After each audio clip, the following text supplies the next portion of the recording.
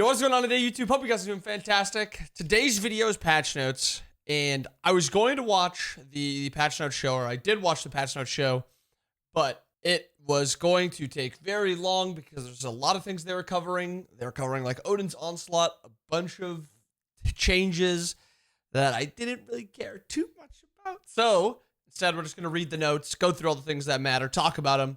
Hope you guys enjoy it. 11.5 update notes, skins.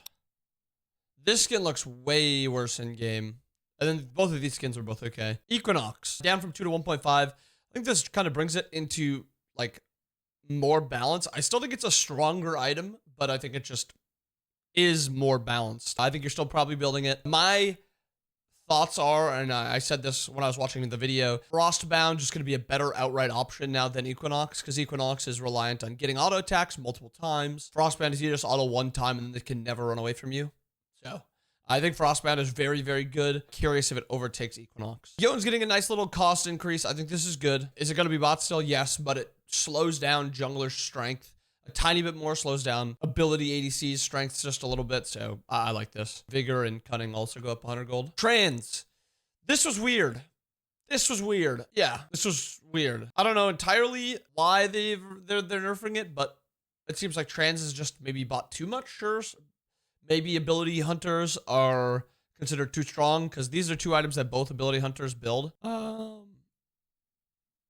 Yeah, I'm not sure about this one. Curse Weaver, passive, hitting an enemy god with a basic attack or ability marks them for 4 seconds. When the marked enemy god casts an ability, they take 5% of your maximum health and 5% of your maximum mana as magical damage, and you heal for 100% of the damage dealt. You may only apply a mark once every 12 seconds, and each time an enemy casts an ability within 55 units of you, reduce the cooldown of this item by 1 second. I think this item is going to be OP. A solo laner, making you take 5% of their maximum health, and then you heal for 100% of it. This just seems crazy to me. Maybe some supports will be building it too, just because of how strong it is. It doesn't even have to be like a spam god. Most gods are going to be just using an ability and taking 5%, but we'll see. Duality. This item we thought was terrible. Kurt and I watched it at the beginning, and this seems just so bad. Builds off of balance blades, so the kin size tree.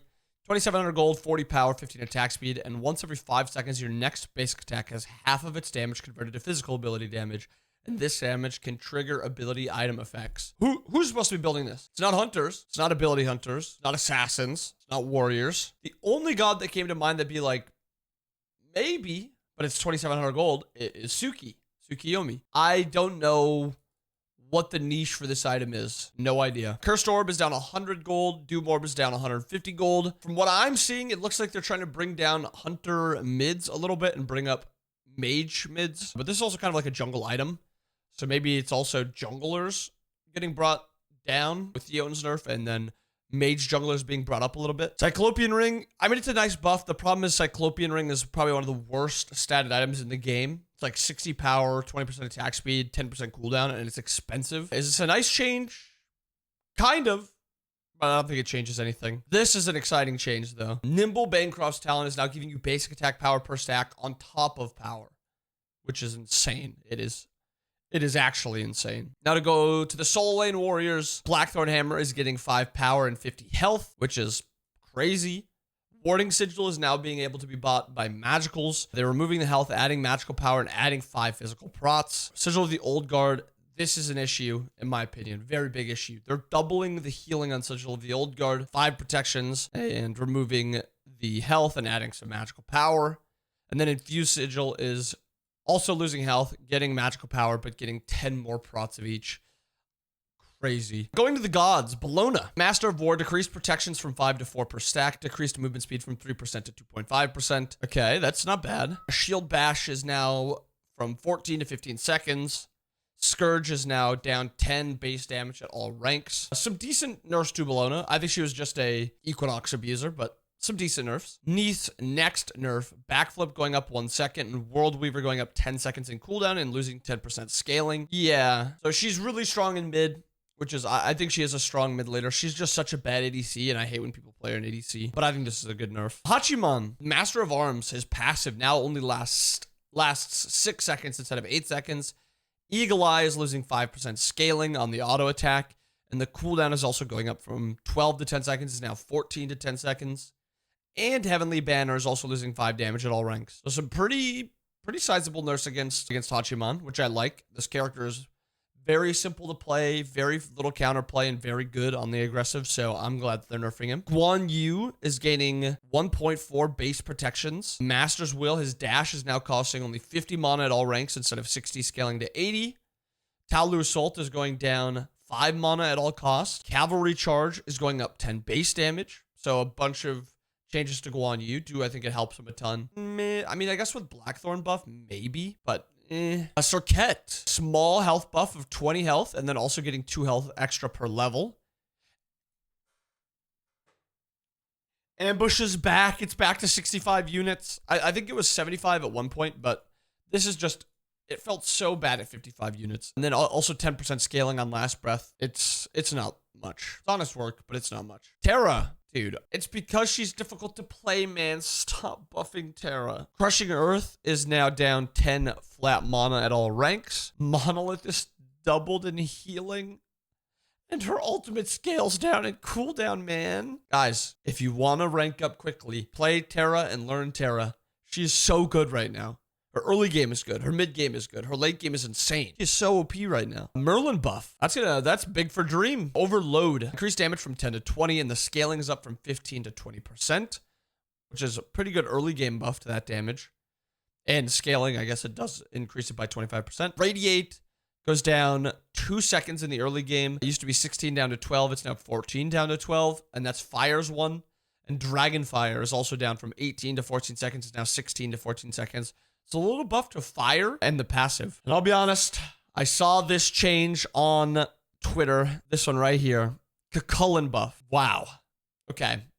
Cucullin meta. I'm not trolling. Berserk is now only going to take 2 seconds to transform, and instead of a shield of 10 to 15 per level, it's now going to be 20 plus 20 per level. 20 plus 20 per level. Ground Slam is now going to be rooting for 1.4 seconds instead of just 1 second. Or sorry, 1 scaling up to 1.4 instead of just 1. And then Vent Anger in the late game is now going to be, instead of just 5% at all ranks, it's going to be 5, scaling up to 9%. So nice little change to Cucullin. Medusa buff. This is insane. So increasing Medusa's movement speed compared to most other gods' movement speed changes a lot, because Medusa's passive relies on her movement speed. This is going to be a massive change, I think, because Medusa's damage isn't that bad right now.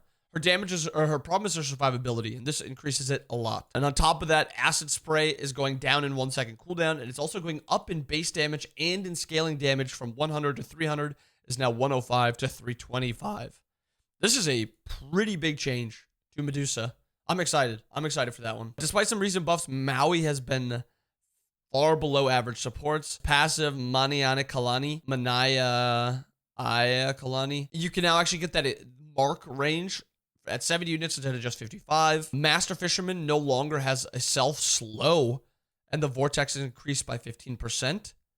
Mystical Alua is now 12 seconds down to 10 seconds instead of 14 down to 10 seconds. And Landfall's back to a 90-second cooldown. So if Comp was back, Maui would be back to like a top 5 support. Because this is crazy. He's just not a great ranked support, but still massive changes. So this is a thing for Smite 2. Ymir can now actually move with his 2 as he's using it, which is nice. It feels very good. Hera. Royal Assault, now double hit area increased by 50%.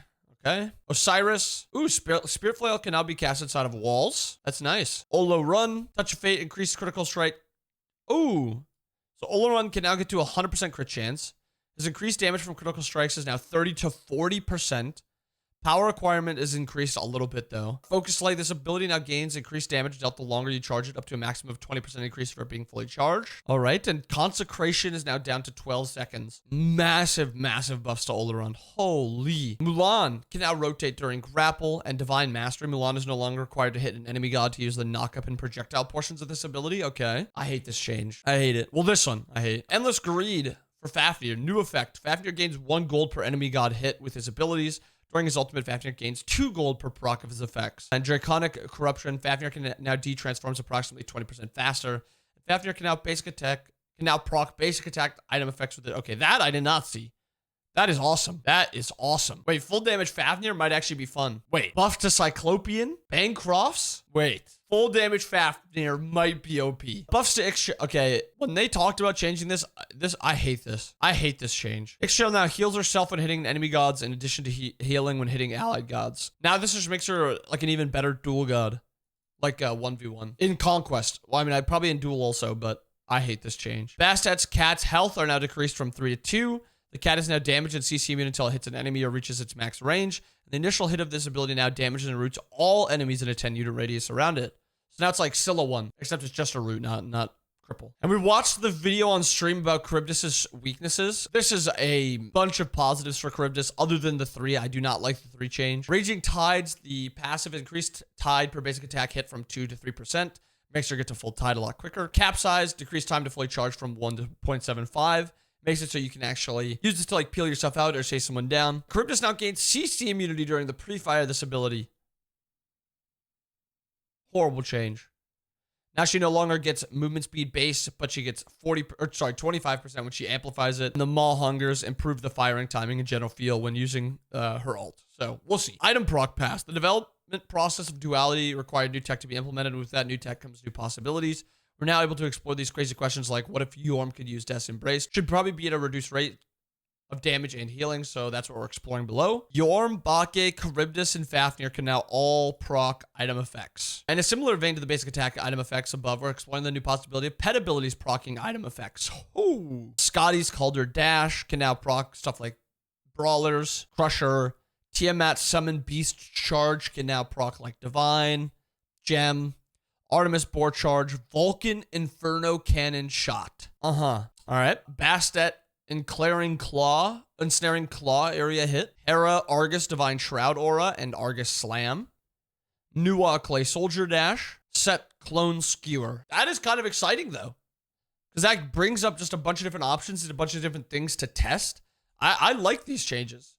These item proc and auto attack changes are awesome. And for the most part, this is a pretty solid patch. I'm fine with most of these changes. There's a few things where I'm like, that's a little boring. I think Ixchel healing herself when she's ulting and hitting an enemy god, I think is a little lame. But I mean, for the most part, these changes are cool. They're fresh. I'm a fan. I think this is a really solid patch overall. Let me know what you guys think about the patch down below. I hope you guys enjoyed the video. I hope you guys have a wonderful rest of your day. I'll see you guys again next time. Peace.